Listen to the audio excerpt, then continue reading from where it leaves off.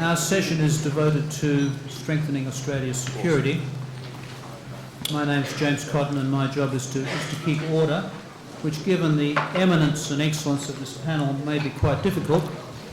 Let me introduce them to you very briefly, although of course none of them need any particularly lengthy introduction. First of all, Linda Jakobson, currently with the Lowy. We were lucky enough to attract her from CIPRI, where she ran the program in China.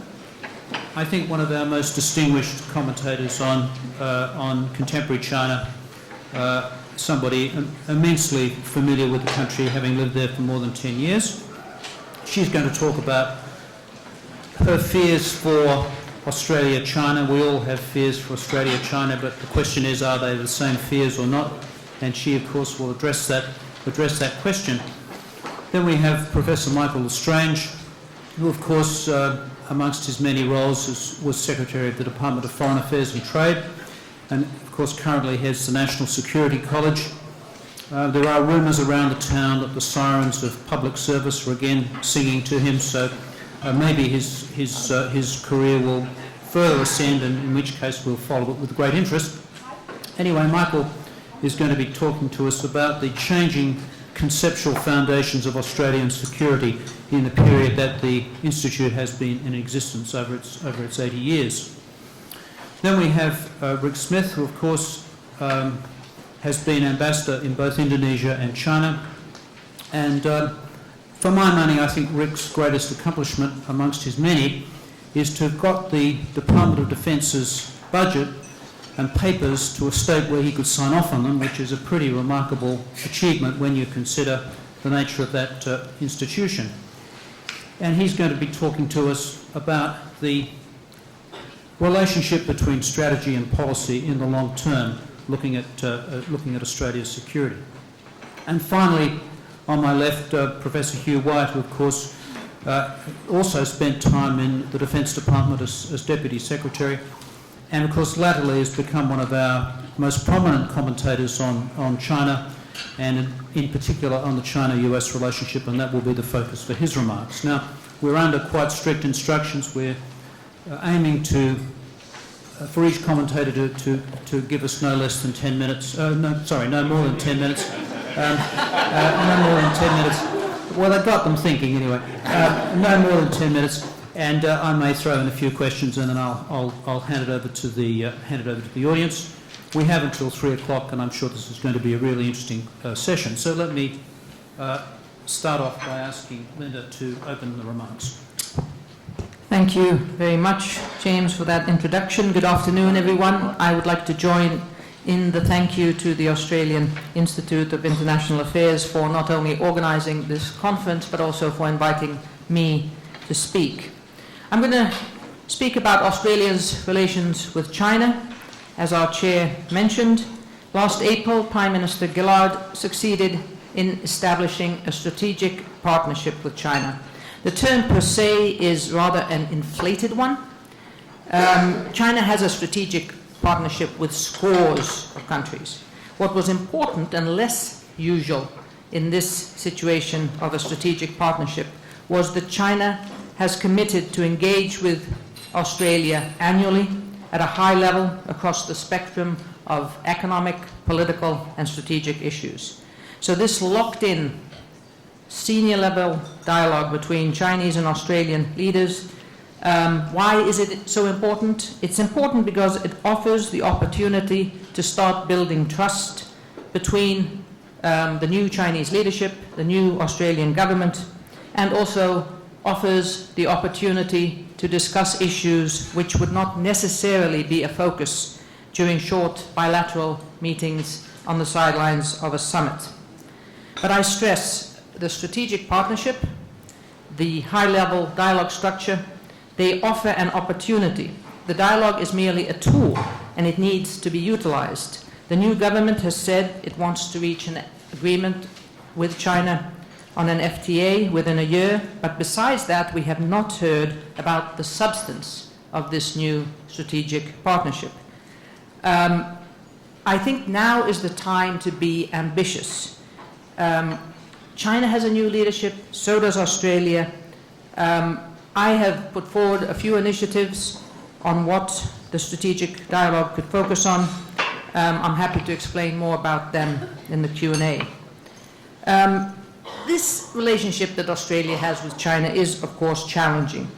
It's rather awkward in a democracy like Australia to say that the well-being and prosperity of Australians is to a large extent dependent on decisions, hopefully wise decisions, made by 7 men who are leaders of China's Communist Party. 7 men who are not elected, 7 men who are not accountable to anyone except perhaps to each other, and 7 men who profess to staunchly believe in Marxism, Leninism, and Mao Zedong thought to boot. Officially, if you look at any of the website's documents, Australia's relationship with China is based on mutual interests and mutual respect. Now, this sounds very neat and tidy, but in reality, these two countries do not necessarily strategically have mutual interests, and hence, mutual respect is a genuine challenge. So, while Australia's economic security is highly dependent on a constructive relationship with Beijing, Australia is being pulled into strategic rivalries across the region, the rivalries which Michael Wesley spoke about this morning. Can economic security be maintained? Can it be compartmentalized from Australia's strategic inclinations? Over the past 2.5 years, which I have spent in this country, I've tried my best to learn, to understand Australia's national interests. Gillard, when she was Prime Minister, liked to say that we are a strong ally of the United States and we are a good friend of China, and there is no contradiction. And at this point in time, I think that this statement appears to be realistic, thanks to the stable nature of the relationship between China and the United States. Especially since the Sunnyland Summit, the China-US relationship seems to be on rather constructive footing. But as one Chinese senior diplomat said to me back in the late 1980s when I first moved to China, China-US ties will never be as good as they appear to be, but thankfully they'll never be as terrible as they appear to be.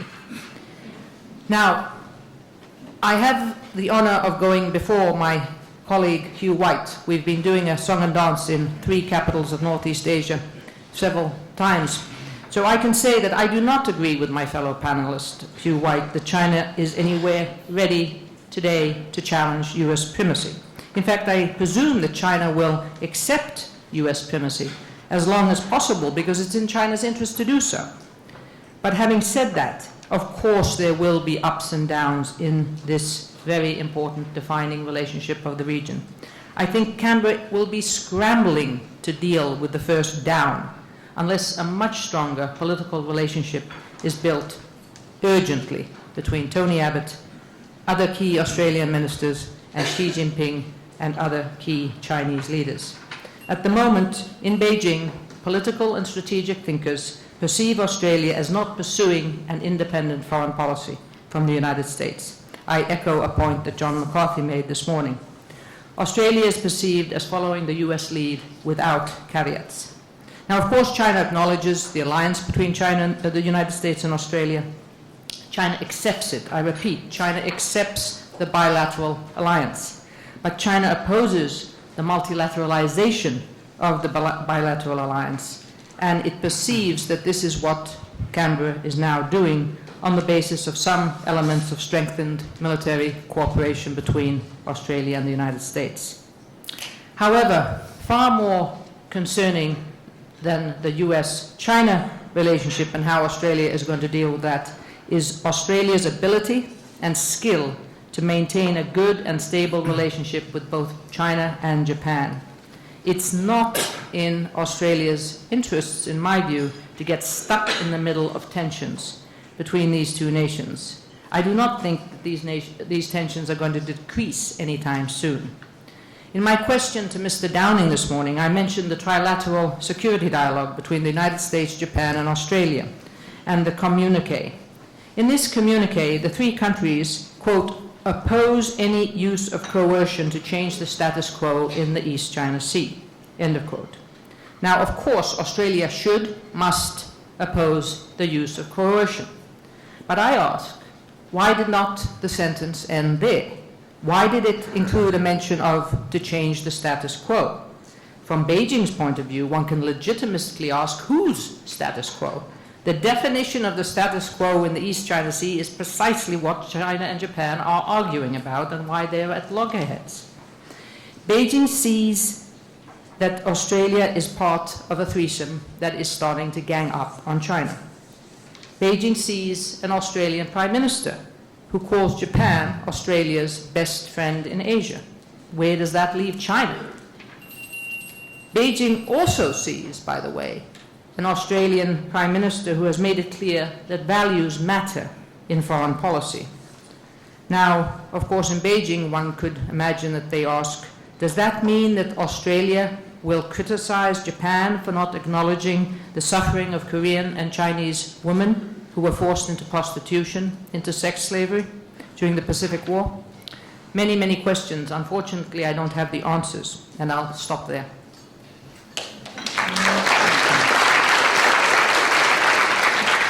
Well, thank you very much. Linda. It's beautifully concise and leaves us lots of avenues to explore. Our next speaker is Michael Lestrange. Thank you very much, James, and thanks to the AIIA for the invitation to participate in what I think is a very important conference. Anniversaries are about looking back as well as about looking forward, and in that spirit I'd like to take the opportunity today to look back briefly at some of the phases in the evolution of Australian national security policy making over the 80 years of the Institute's existence. But more importantly, I'd like to look forward to some of the implications of that evolution for the future of Australian national security policy. Over the past 80 years, this Institute has witnessed and influenced what, in my view, have been 6 distinctive phases in the evolution of Australian national security policy making. In the earliest years of the Institute's existence, Australian national security policy making continued to be shaped decisively by the imperial connection. Then followed the era of global strategy, grand strategy in Australia during the Second World War, a period in which all the dimensions of Australian national power were intensively coordinated to meet an existential threat. A third phase came in the period from the late 1940s to the 1960s, when Australia's regional engagement broadened from forward defence in support of a favourable balance of global and regional power to new dimensions of regional economic, security, educational and community cooperation opened up by external affairs ministers such as Percy Spender and Richard Casey. From the 1970s to the early 1990s, Australian national security policy was characterised by the search for new directions to meet Australia's changing post-Vietnam strategic circumstances. Those new directions included policies promoting defence self-reliance, the defence of Australia, creative middle power diplomacy in Asia, more intensive engagement in regional and international institutions, and greater international competitiveness in the Australian economy. A fifth era was constituted, in my view, by the decade after the mid-1990s, a period in which Australian national security policy making was characterised by what I would describe as contemporary traditionalism. Traditional in its strong support for the US alliance and security cooperation in the region, and in the allocation of resourcing to defence. But also contemporary in its specific policy responses to the Asian economic crisis, to the 9/11 attacks and the realities of global terrorism, to the rise of India and China, and to the challenges to stability in the South Pacific. A sixth phase was constituted by the period from 2007, in which national security policy making in Australia was pursued in an expansivist way, underpinned by a whole-of-government, whole-of-nation, all-hazards approach, encompassing a widening range of traditional and non-traditional issues, and coordinated by the broad church of the national security community. These 6 eras in Australian national security policy making, eras of imperial connection, grand strategy, regional emphasis, new directions, contemporary traditionalism and expansivism, have all reflected the impact of deep changes in Australia's strategic circumstances. Changes in the calibrations of power and influence among the major states, changes in the threats, opportunities, vulnerabilities and risks confronting Australia, and changes in the interaction between Australia's domestic and foreign policy priorities. But for all these reflections of change, Australian national security policy making over the past 80 years has also reflected rhyming patterns, patterns that are highlighted in the conceptual debates over national security that have characterised those decades and that in their different ways reverberate still today. Debates engaging continental and expeditionary mindsets on defence strategies and capabilities. Debates in a broader strategic sense between realists and liberal internationalists, between bilateralists and multilateralists, between those who see a preponderance of power on the part of Australia's allies and partners as being of ongoing relevance and importance to Australia's national security interests, and those who see such interests as better served by a balance of power or a concert of particular powers. Of course, none of these national security debates over the past 80 years has necessitated exclusive policy choices. The real choice in Australian national security policy making has always been about the balance in relation to these priorities. The real policy challenge has been how to advance our national security interests through effective independent Australian policy and through alliance management and through economic and security partnerships and through wider associations of interest. I think it's important for us to remember, particularly at a conference like this, that we are part of this ongoing national security debate. Rather than to see ourselves as pioneers carving out entirely new strategic pathways for Australia in territory where there are no footsteps, we are living through a period of significant and ongoing strategic change, but not change without signposts. Today, in my view, Australia is on the verge of a new 7th phase in our national security policy making, distinguishable from the period preceding it, not so much in its major priorities, but in the conceptual framework that it brings to national security policy making. What should be avoided and what should be pursued in this coming period?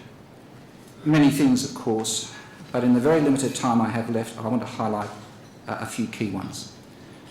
First, we need to recognise the artificiality of binary strategic choices for Australia in an era that will be characterised by the strategic complexities of relationships among states that increasingly encompass competition and cooperation, independence and interdependence, hedging and engaging. Second, we need to avoid hollow nationalism, especially of the kind which loudly proclaims aspirations to independent, self-reliant defence strategies and capabilities, but fails to fund them adequately or sustainably. Third, we need to maximise the increasing synergies between our alliance relationship with the United States and the retention of the comparative technological advantages of Australia's independent defence assets that also enhance our own self-reliance. Fourth, we need to recognise the centrality for Australia of engaging creatively and expansively with China in ways that advance our overall national interests. But in my view, we also need to recognise that engagement does not necessitate the promotion of a fundamentally different kind of strategic order in the Asia-Pacific region to accommodate China's legitimate and growing interests.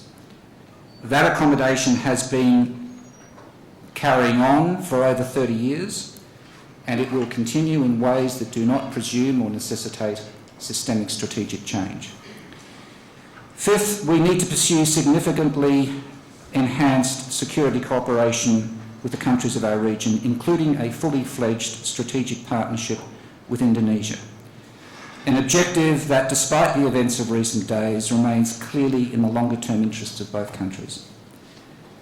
Sixth, we need to understand that the strategic and economic contours of the so-called Asian century will not be determined in Asia alone, but will be critically reflected by what happens outside Asia, in the United States, in Europe, in the Middle East, in the global commons and elsewhere.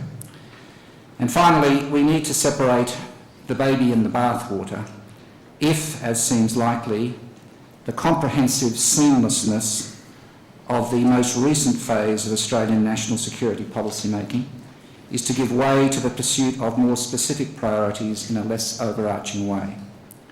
There is scope, in my view, for such refinement, but not for a wholesale reversion to the old siloed national security policy making processes that, in my view, would be both unrealistic and undesirable.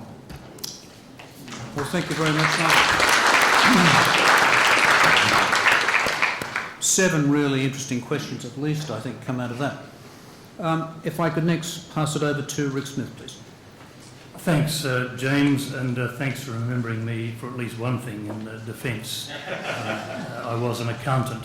Look, Linda and Michael have traversed some pretty lofty territory here, and I'm sure that when Hugh speaks after me, he'll return you to those heights. But in the meantime, I want to descend to some lower fields and address, in the 5 minutes I have, 5 fairly prosaic and practical points addressed specifically to the matter of strengthening Australia's national security. And the first of them is simply this. Defence and security policy are tightly focused on Australia's national security interests, but foreign policy, the interest of the AII, whose anniversary to celebrate, naturally ranges much more widely to include not just aspects of national security, but also a long agenda of other interests: international relationships, economic interests, the interests of Australians abroad, legal and reputational matters, and so on. It's crucially important that foreign policy and national security policy be closely in step, if not self-embracing, that one doesn't see itself existing separately from, let alone above, the other. But it's just as important to get the balance of inputs right. To put it another way, security at an international level is not ensured by military power or intelligence reach alone. It requires as well international norms of behaviour, legal regimes, the management of bilateral relationships and interests, and of course at the harder end, the management of alliances and working arrangements with countries of similar interest. It requires, in other words, the input of foreign policy practitioners. It was, remember, the Foreign Minister of the day, Percy Spender, who signed the ANZUS Treaty, and that was not just because he alone had the power to put the signature there. I'd like to turn to 3 points quickly about what I'd like to see in the government's next white paper foreshadowed in 2015. I've had my go at white papers over the years in small way or part, and you might wonder what else you could say, but you know, time goes on, you learn from experience, and there's always something else to address. I could, of course, talk about the need to get capability balances right, you know, how much BMD versus how much ASW in the maritime domain. I could talk about the urgency of addressing defence industry issues, particularly in the naval shipbuilding and repair area, and the future of the ASC and so on, but I'll let those pass. The first of the 3 points I want to make is this. That is that there is a need to see defence and the ADF and their capabilities in a wider sense than just a transactional sense. The need, that is, to appreciate that our military credibility is a key part of Australia's strategic weight, which serves much more than just our security interests. That's a concept that embraces several components of national capacity: the economy, population, our education base, our diplomatic presence and influence, the quality of government, and so on. They all add up to strategic weight. Some countries understand this very well. In Australia, utilitarian as we are, we don't fully appreciate it. Simply to calculate the needs of defence in accordance with formulae about the numbers of personnel, the types of weapons or systems needed in this possible situation or that, doesn't meet the strategic weight need. The ADF needs to be a Swiss Army knife, but it also needs to be, or at least to be seen as, a Bowie knife, the most formidable on the block. The second point is that I'd like to see the next white paper, and indeed the debate that should happen between now and then, get away from talking about defence spending as a percentage of GDP and move instead to consideration of defence spending as a percentage of government outlays. The Abbott government's commitment to rebuild the defence budget to 2% of GDP is very welcome, but frankly expressing spending in this way is not very meaningful. There is no science that relates percentage of GDP to the needs of national security or defence capability. More importantly, it's not a meaningful statement of commitment from a government. With due respect to the series of world's best treasurers we've been privileged to have, governments don't own or have all that much control over GDP. Many factors affect them, some of them exogenous, as the GFC reminded us. Even as a comparator, the idea of percentage of GDP has limited value because ways of measuring GDP change from time to time. We've even changed its name, and the ways it's measured vary from country to country. So percentage of GDP does not measure a government's commitment to defence or security or anything else. The only real measure of a government's commitment is the measure of the choice it is making. The choice is to consider expenditure as a percentage of government outlays. And on this, the picture of the last 5 years has not been a pretty one. Defence's share of government outlays has shrunk from 5.8% to 4.9%. A recent Lowy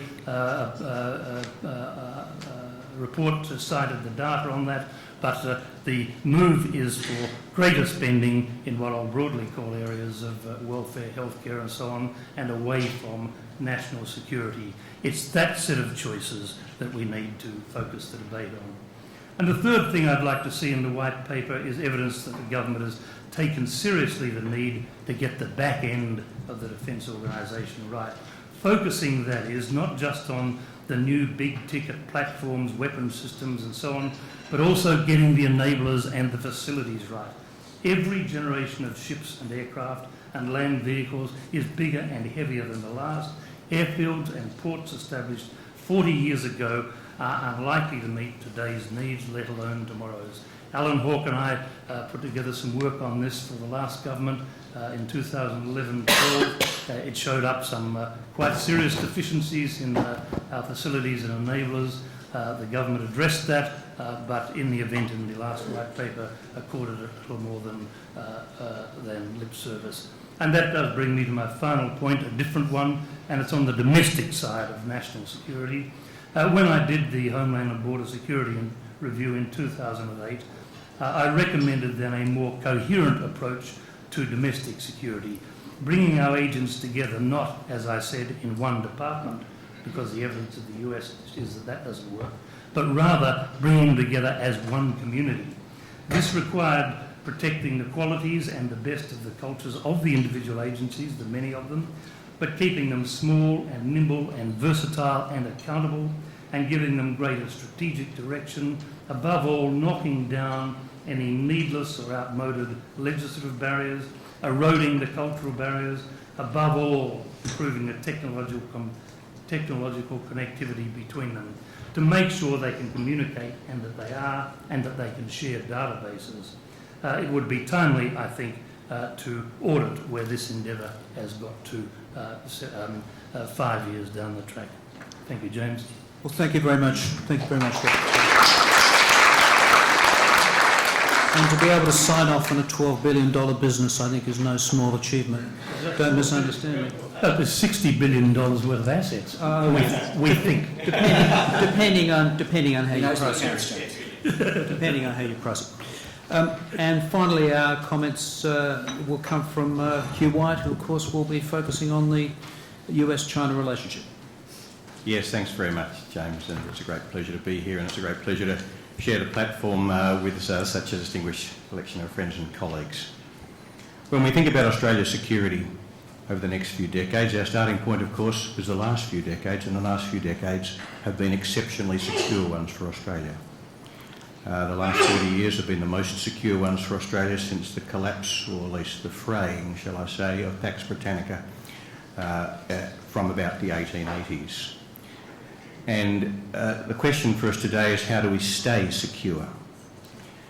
And in order to address that question carefully, we need to understand the circumstances which have made the last 40 years so secure. And we also need to recognise how much of those circumstances are now changing.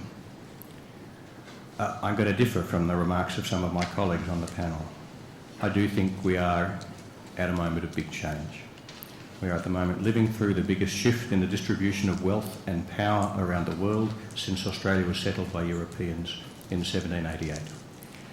And it's certainly the biggest shift in the distribution of wealth and power in Asia in our history. And that distribution of wealth brings a commensurate distribution of power. And I'm sufficiently old-fashioned in my thinking about international affairs to think that as power changes, relationship changes, and as relationships change, the order changes. We are going to be trying to secure Australia's future in a region which is going to work very differently in future than it has in the past, because power is distributed very differently in Asia than it has been in the past. And although there's a lot in that, I'll just try and summarise it in one sentence. Our great and powerful friends aren't going to be as powerful as they used to be. It's as simple as that. Now, this is not welcome news, but foreign policy is not about what we want. It's about making the best, doing the best we can in the circumstances that history deals with. That's what realism is. And it's a measure of our maturity as a country, and I might say it's a measure of our maturity as a foreign policy and strategic policy community within that country, how well we respond to this. Now, I believe the core question, far from the only question, but the core question for us in thinking about the future of the Asian order, which will determine our security over coming decades, is the future of the US-China relationship. It's worth making the point, I don't think Australia's relationship with the United States is very hard to manage. And I don't actually think our relationship with China is very hard to manage. The problem for us is the relationship between the United States and China. If they get on well, we can get on fine with both of them. But if they get on badly, we have a problem. Now, so far, the response of the successive Australian governments, and I think, if I'm not being too unfair, of the broad consensus in the wider foreign policy community, is that we don't have to choose. That is, of course, an expression of hope. We don't want to choose, and we're right about that. If we find ourselves in a situation where Australia has to make any kind of stark binary choice between the United States and China, then our future is automatically going to be much darker than the last few decades, and much darker than we hope it will be. But whether or not we have to choose, whether or not we have to make that kind of choice, depends entirely on the trajectory of the US-China relationship. And the more adversarial that relationship becomes, the starker the choices we have to make. And I think it would be very unrealistic to imagine that that relationship will not develop in ways, might not develop in ways, which would force Australia to very stark choices indeed. Now, the government, of course, is optimistic about that. Successive governments have been optimistic about that. Successive governments have taken the view that, notwithstanding the issues that are there in the relationship, they're confident that the United States and China are going to get on fine. And actually that view is shared by lots of people in Washington and by lots of people in Beijing. There is a post-Sunnylands optimism about the trajectory of the US-China relationship in both of those countries.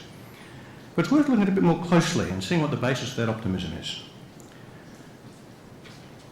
The first question is, what are they trying to achieve? What is America's principal aim in its relationship with China?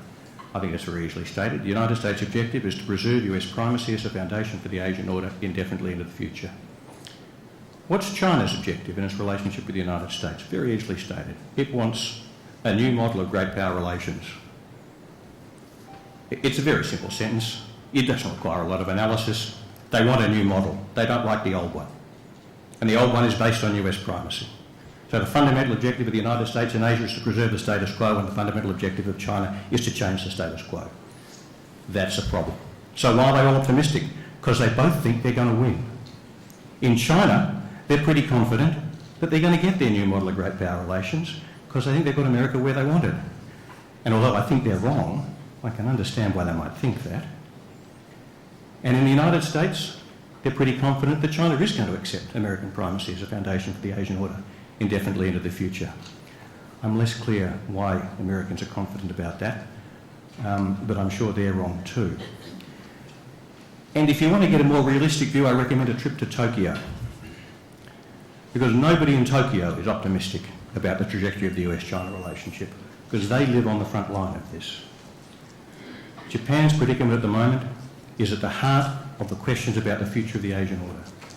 As China's power grows, Japan feels less and less confident about its future relationship with China, and it depends more and more on the United States for protection from China, and it's less and less confident the United States will be there to provide that protection. And that is a dilemma which makes the Senkaku's Diaoyu Islands issue for Japan so serious. This is a big issue, but I'll just put it in a sentence. Without making any judgment at all on the merits of the case, China's approach to its dispute with Japan over the Senkaku Diaoyu Islands directly challenges America's position in the Western Pacific, because it directly accepts a risk of a clash between Japan and China militarily, which would draw the United States in, and if the United States failed to support Japan, it would very significantly undermine the US position in the whole Western Pacific. These are not issues for the remote future. This is an issue which is on the table in the East China Sea right now. So how do we get out of this? That's a big subject. I'll be brief. The key to understanding the future of Asia is that there are not two options but three. It's not a question of Asia being either dominated by the United States or dominated by China, because neither are going to be strong enough to dominate the region in the face of the other. There is a third option in which neither party dominates. The only way to build stability in Asia, and the only way for Australia to avoid a choice between the United States and China, is for the United States and China to undertake a quite deep accommodation of one another to reconcile those conflicting objectives that I mentioned before. And that won't happen easily, because it will require both countries, big, proud, self-conscious countries, to do things they don't want to do. It's going to require real statecraft. But it can happen. The good news is that Miyashima is wrong. And for that matter, Thucydides was wrong. It's not inevitable that these guys are going to be drawn into a terrible hegemonic conflict, but it's a real risk and it's going to take real work to avoid it. And if it's not avoided, Australia's future is very dark. So what can Australia do? This is our real choice. We don't today face a choice between the United States and China, but we do face a choice as to whether we as a country and we as a foreign policy community choose to do anything to try and shape the international order in which we're living, and in particular shape the US-China relationship. This is the most important diplomatic issue Australia has ever faced. That seems a little melodramatic, but I'm prepared to defend the proposition. Many people assume that Australia can't do anything. Well, I'm sure we can't if we don't try, but I think if we are a middle power, and we claim to be, if we are America's closest and oldest and best friend on this side of the Pacific, as we claim to be, as I think we are, if we are a serious player, I think we have a chance of influencing this, and we don't have to do it alone, because our interests coincide with those of every other country in Asia. But this will involve us in a new approach to our foreign policy and our new approach to thinking about the US alliance in particular. We cannot afford to assume that the United States will continue to play the same role in Asia and the same role in our security as it's played in the past. That doesn't mean we abandon the US alliance, far from it. But it does mean that we need to think very carefully about what objectives America has in Asia, whether they're really working for us, whether the alliance we have with the United States is really working for us, to do what we can to influence the United States and China so that US policy, Chinese policy and Australian interests converge. Thank you. Well, thank you very much, Hugh. Well, I think you'll agree that was a very stimulating set of presentations. I wanted to take up the question which is really hovering over every one of them. Rick Smith talked about the importance of maintaining our defence credibility as being the most important player in the region. Michael Lestrange talked about this being a new era. Linda very provocatively said, no, the Chinese don't want, for the time being anyway, primacy, because actually US primacy is convenient for them. Hugh says, no, they're in competition, they want a new model. I mean, the China question hovers over the whole set of presentations. Mr. Downer said this morning that one of the singular contributions of the Chinese regime in the last couple of decades was to see 600 million people raised from poverty to relative affluence. Well, you could say actually all they did was get out of the way. The Chinese people would have been very, very prosperous many generations before if it hadn't been for the Chinese Communist Party. I'm old enough to remember the Cultural Revolution where people used to say in China with increasing sense of irony, without the Communist Party there would be no new China. I'm wondering though whether the Chinese Communist Party really wants to have a situation where they are the dominant players in the region, for the following reason. If the Chinese people have become prosperous because the Chinese Communist Party has got out of the way, the Chinese Communist Party has also had the very difficult problem of inventing reasons for it to be in existence, despite the fact that it doesn't dominate the society in the ways that it used to do. And I'm wondering whether the presence of the United States, and particularly American sponsorship, for example, of the government in Taiwan, isn't actually enormously useful to them, because they can always say to their fellow citizens, look, you need to have a strong government because after all, the Americans are still perpetuating the unequal relationship that used to exist with the outside world for all those years when China was a humiliated country.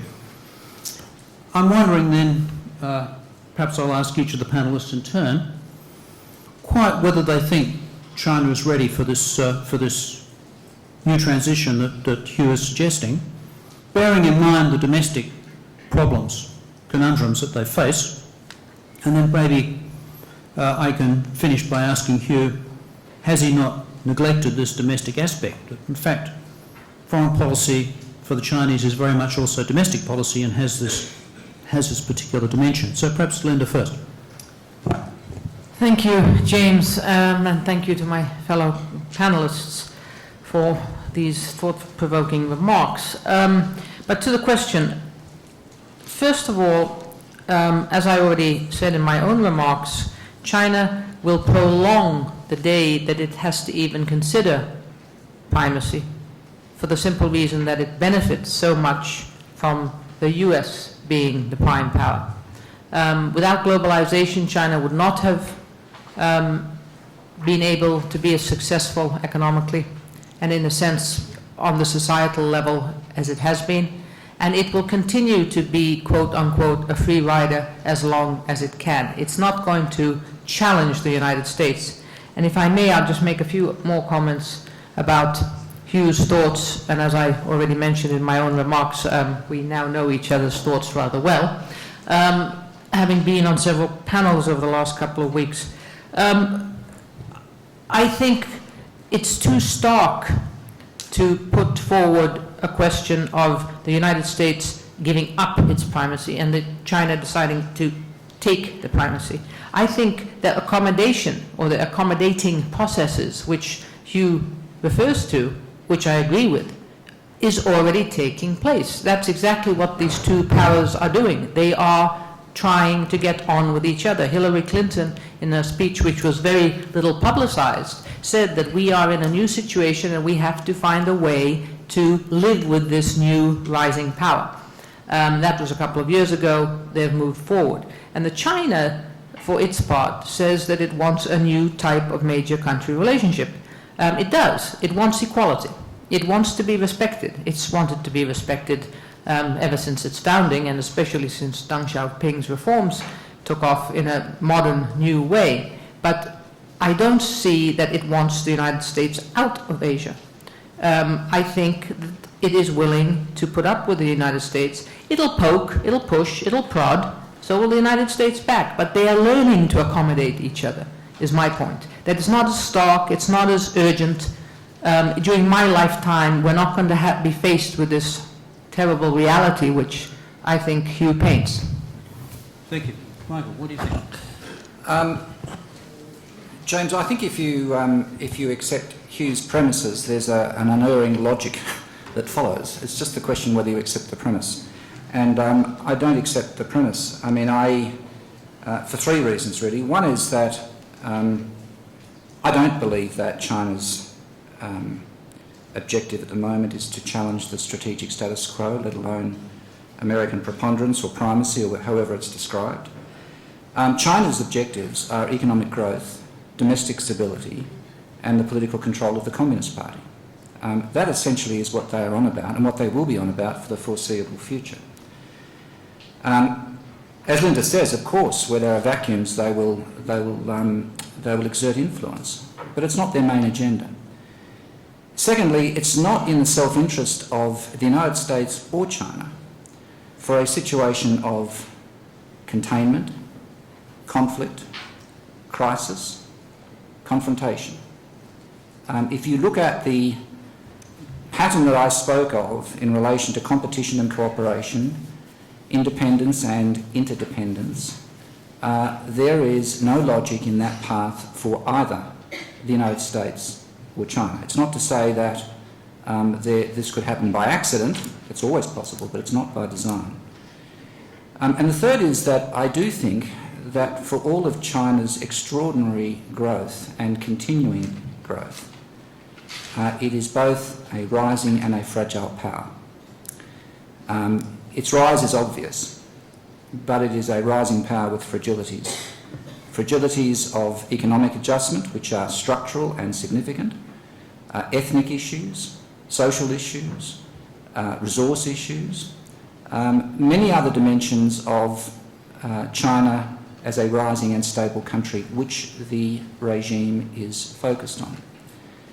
So I think one of the dangers is that we concede too much strategically, not that we concede too little. And I've never been quite sure what the grand bargain or the accommodation of power between the United States and China actually would mean in practice.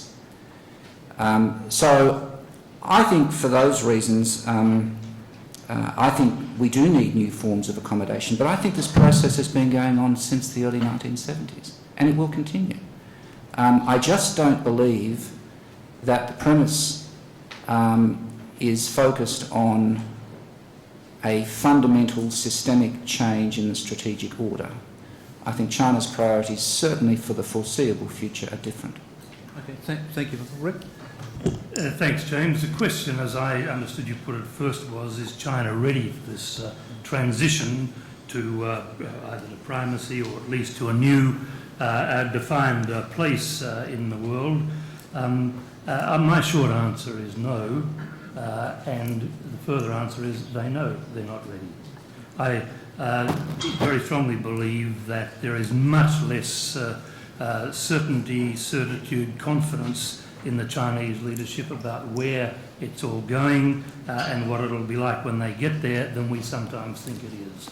And I think that there's much more anxiety, much less sense of controlling their direction than we might be thinking of. And that then leads, I think, to the proposition that pending the emergence of any new clarity or pending the removal of the uncertainties, they're going to be more or less comfortable with the status quo. On Hugh's point, which has become a subset of our discussion here, something he and I have talked about the need for deep accommodation, as you put it, Hugh, in the future. I don't rule that out sometime, but the main point I make is we're not there yet. We're not there yet, and given the uncertainties, we might not get there. And so the United States will prudently not play the big cards until it's sure that we do get there. And when it does, if it does start to play them, it will play them very incrementally, because that is our government's work. Okay. Yes, thanks, Rick. Hugh. Yes, thanks. Very interesting set of comments. Let me start with a point about, well, there's a nest of issues here. The first is how strong is China? The second is what does it want and the third is what's it ready for, which are three separate propositions. How strong is China? And both Rick and Michael have made the point that China is not strong enough yet to challenge the United States primacy. Okay, at the height of the Cold War, when the Soviet Union was at its strongest relative to the United States, it had a GDP about half the size of America's. Today, China's GDP on PPP terms is 3/4 the size of America's. So China is already significantly stronger relative to the United States than the Soviet Union ever was.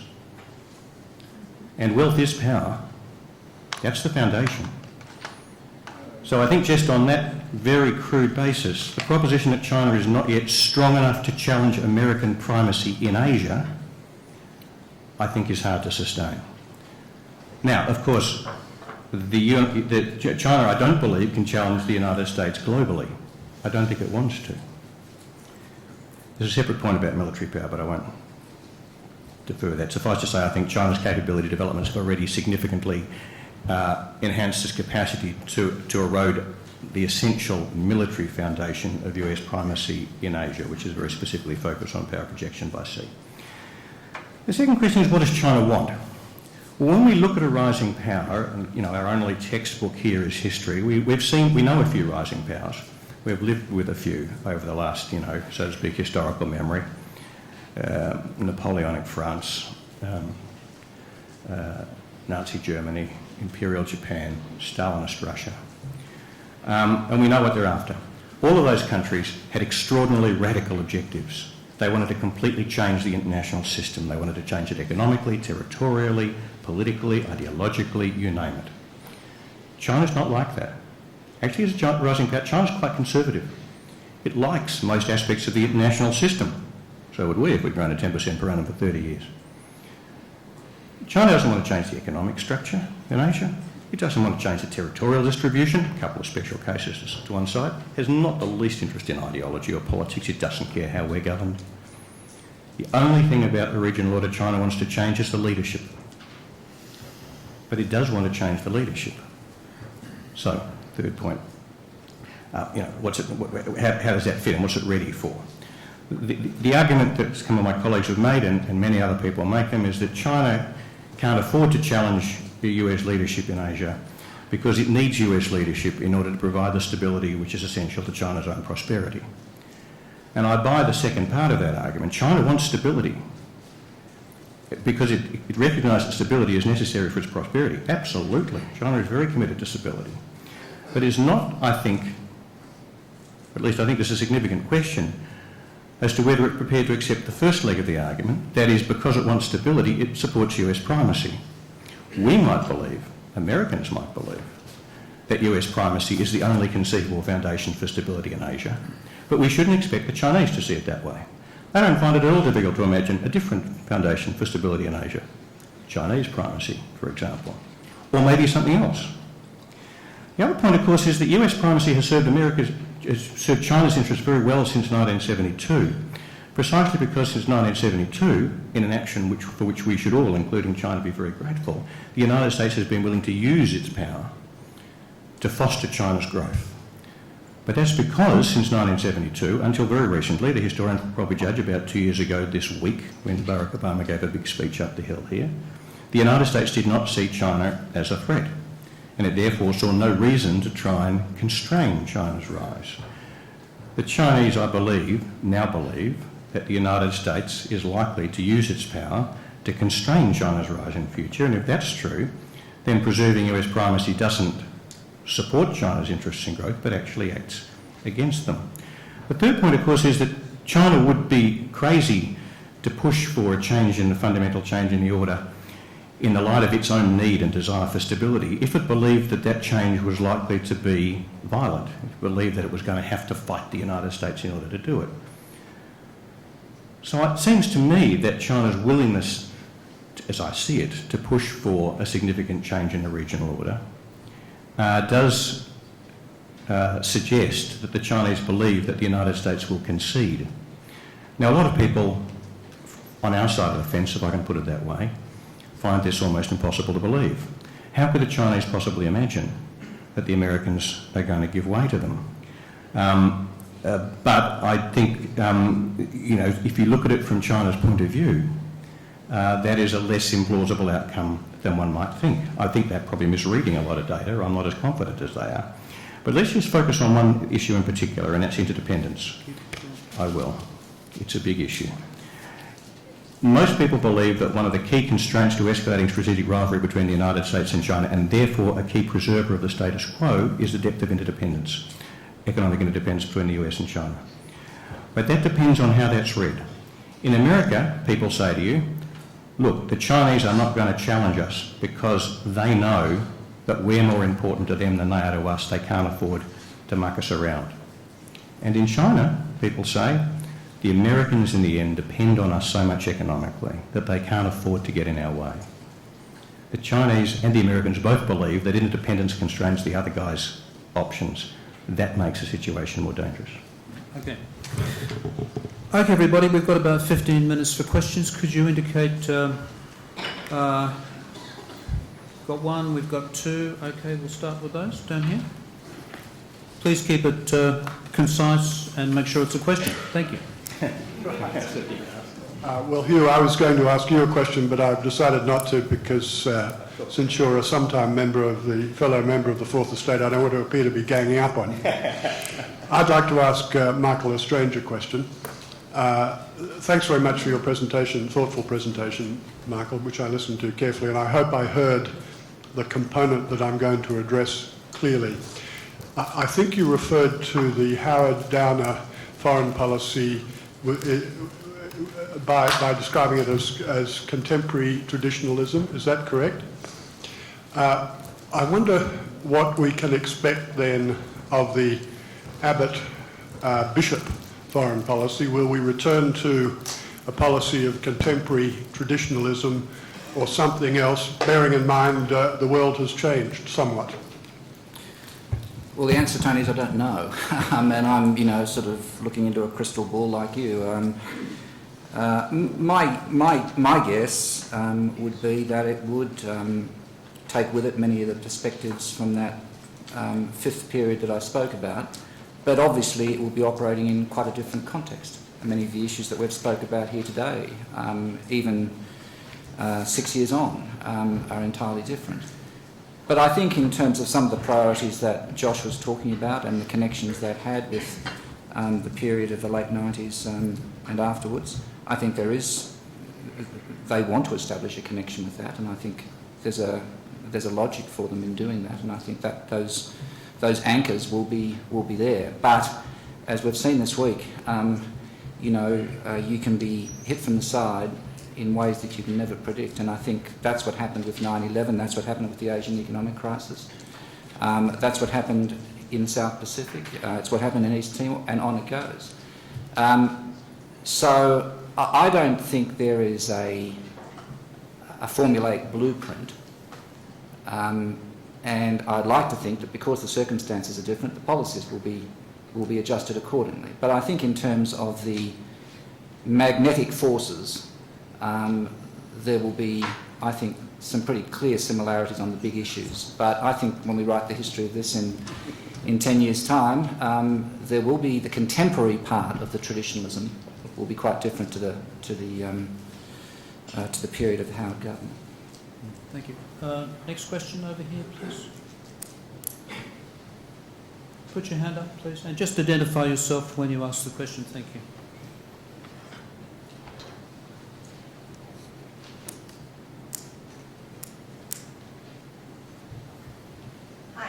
My name is Anahita, and I'm just about to graduate from International Relations Studies at the University of New South Wales. Congratulations.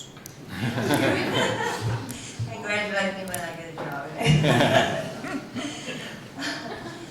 My question, if you don't mind, is sort of a double question, which is very related to each other. I believe that China has sort of shown signs of interest in regional hegemony with some of its offensive actions towards some of the Asian countries such as Philippines, Taiwan, Vietnam, and so on. And neither the US nor any of the Asian countries opposed these actions and did not support any of those offended countries against China's actions. So my question is, doesn't that mean that in case it comes to Australia's choice between China and the US, China should be a primary choice for Australia? And the other question that relates to this is, earlier there were mentions of the relations of Australia towards Israel and Palestine, and that regardless of the issues between Israel and Palestine, Australia can and is trying to have equal relations with both those countries. And if that's the case, then why Australia cannot have similar relations with both the US and China in case of tensions between those two countries? Well, thank you very much. Gosh, I think managing the China-US relationship might be easier than managing the Israel-Palestine relationship. Is that a question for everybody? Is it a question for Linda? Have you got a particular person in mind? No. Would anybody like to take that one up? Please. No. Just on the first question, thank you very much for it. It depends how you define support. I mean, the United States, from a Chinese point of view, has rendered support for the Philippines and the Vietnam situation in the South China Sea, and certainly for the Japanese position in the East China Sea. So there's been a lot of support. The United States has strengthened its military ties to both the Philippines and Vietnam, and publicly said that the treaty between the United States and Japan would be invoked if Japan was attacked, though, of course, the United States does not take a stance on the sovereignty of the islands. So there has been a lot of support. And just on the question of regional hegemony, it is true that China has been very assertive in the last 3 to 3.5 years on the questions of the islands and on maritime territorial sovereignty. But if you define regional hegemony that they're going to go out and dominate the region, they do that economically. They don't do that militarily. I fully agree with what Mr. Downer said this morning. China is not an expansionist power. In its near seas, we're going to see assertiveness. But it's not going to go out and take over the world, or the region for that matter, militarily. Okay, next question down here, Rob. Was that a question or a statement? As the point's already been made, none of us can judge the future. So rather than do that, I'd like to imagine that we woke up one morning and found that China's two systems policy had finally won over the Taiwanese, and they'd accepted to come under the umbrella of the government in Beijing. That Japan and China had come to some sort of settlement on the Senkakus. And taking Hugh's point that the Chinese don't want to necessarily change the global economic system in any significant way because it's worked to their advantage for the last 30 years, what would be the difference in our response to China? What concrete things would they want to change, and how would they convince the rest of the nations in Southeast Asia that they should change? That's for Hugh, right? Yes, it is. That's an easy one for you. What's that one for me? Yeah, that's right. Wish I knew about enough about cricket to know what that meant. I agree, it's quite a helpful way to think about these things, doing little sort of thought experiments. And just for the record, I find the first leg of your hypothesis quite easy to imagine, and I find the second one very hard to imagine. It's not out of the question. And what we're talking about is an outcome in which China ends up with what you might broadly call consensual primacy in Asia. The model will be a little bit like the US role in the Western Hemisphere. How consensual it is a different question as to whether you talk to Americans or Mexicans or whoever, but broadly speaking, a kind of a Monroe Doctrine in the Western Pacific. What it will be like for Australia? Well, that would depend entirely on how how China chose to use its power. And if it chose to do the US Monroe Doctrine type thing, maybe it wouldn't make that much difference. It would be very different for us. Because on your hypothesis, the United States is no longer a major power in the Western Pacific. It's lost Japan. And if China behaves itself, if China turns out to be the kind of wonderfully responsible, congenial, helpful, constructive, dominant power that the United States has been, our future will be sweet. And the question for us is whether we'd rather gamble on that or whether we'd rather say, no, we'd rather you were kind of constrained a little, constrained to be nice, by a continuing strong US role in Asia.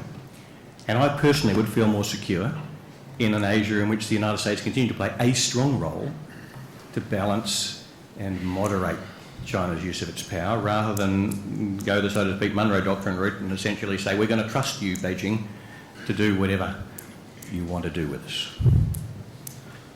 Now, we've got 3 more questions. I think that's all the time we have. So there's one over here, please.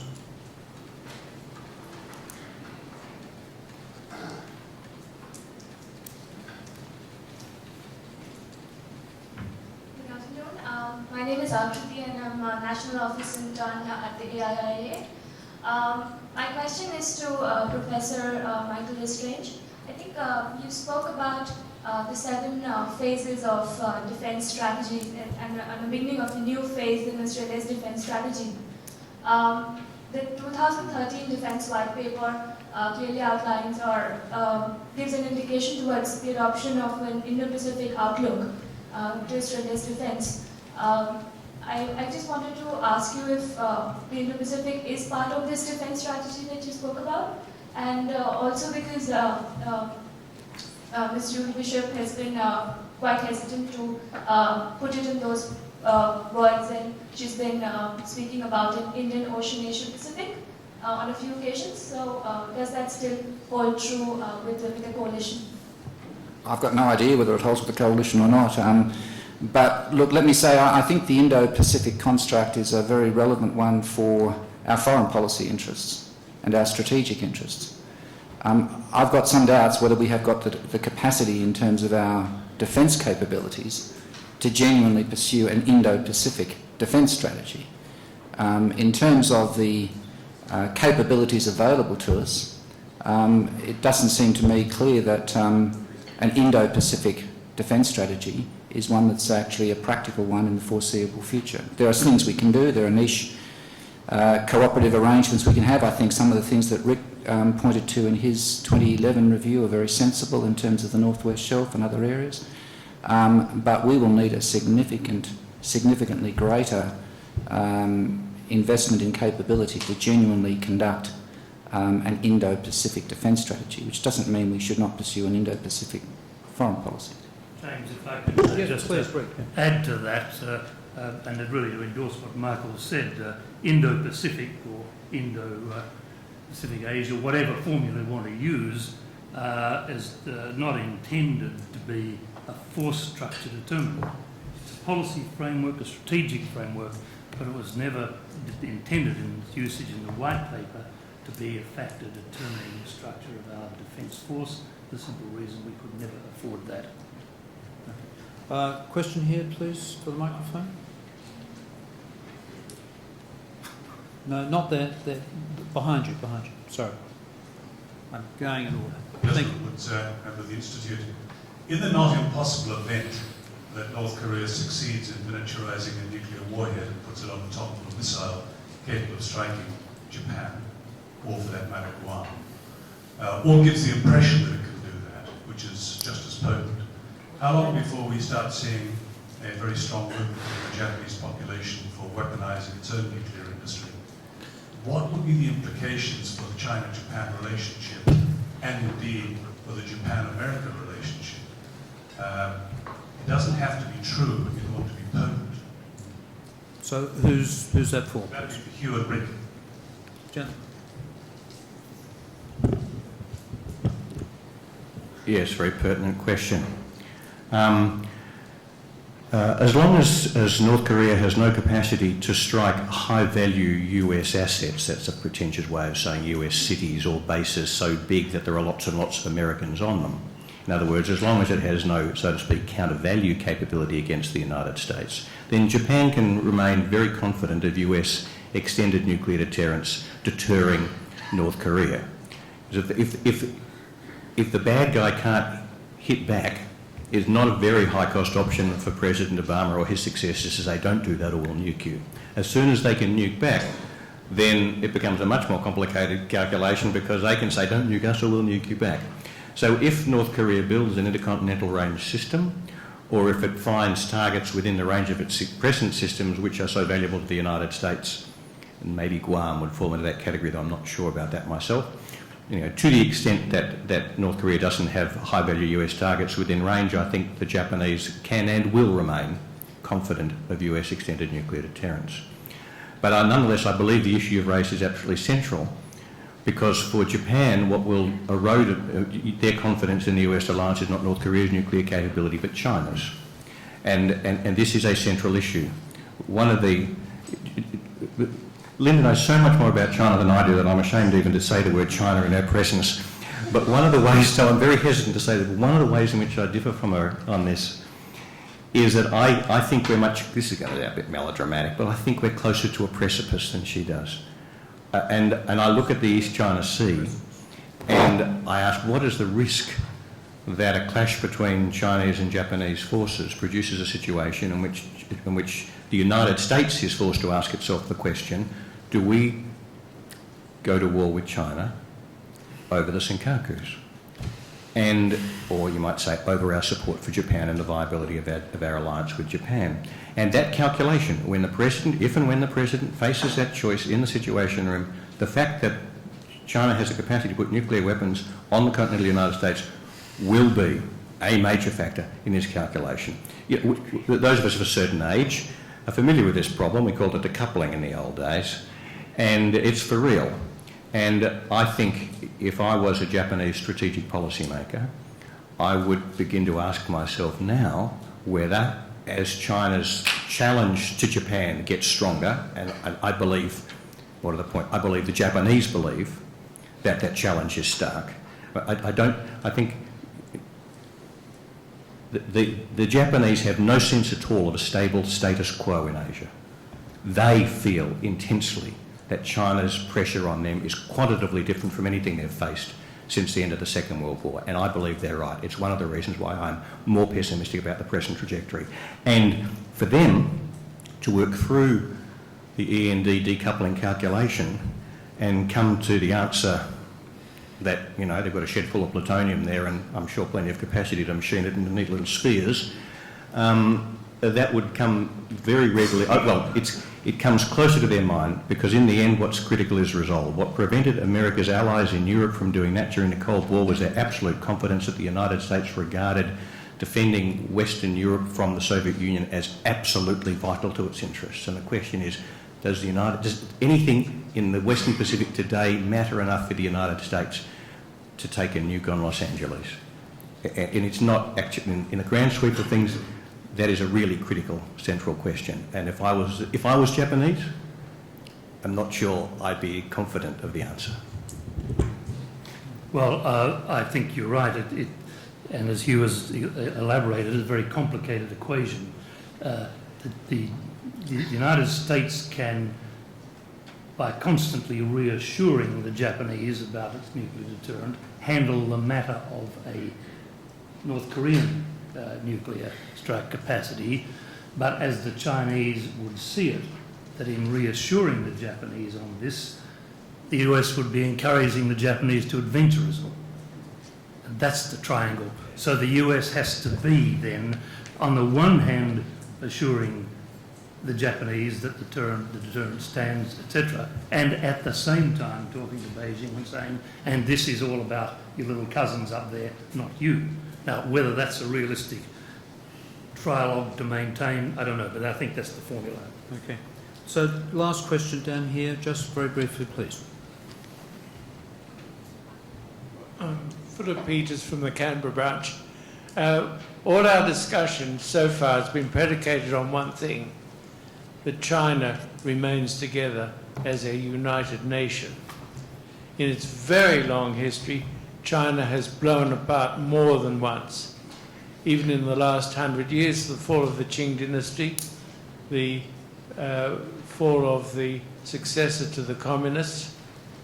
Will it fall apart? What's the risk? already we see a division between Taiwan and the mainland. We also see an immensely growing apart between the rich in China benefiting from the economic development and the poor who are not benefiting. There's also regional differences, many dialects. Could this, and also with the fall of communism in Eastern Europe, could this also be a factor in driving China into divisions? So, Linda, you've got the last word. Thank you. Thank you for the question. I like to say that the Chinese Communist Party leadership lives in a state of existential anxiety. And a few of my panelists have mentioned the word anxiety. But despite that, and despite the enormous problems that China faces, I do not see China in my lifetime, I am 53 and plan to live a long time, falling apart. And the reasons are the following.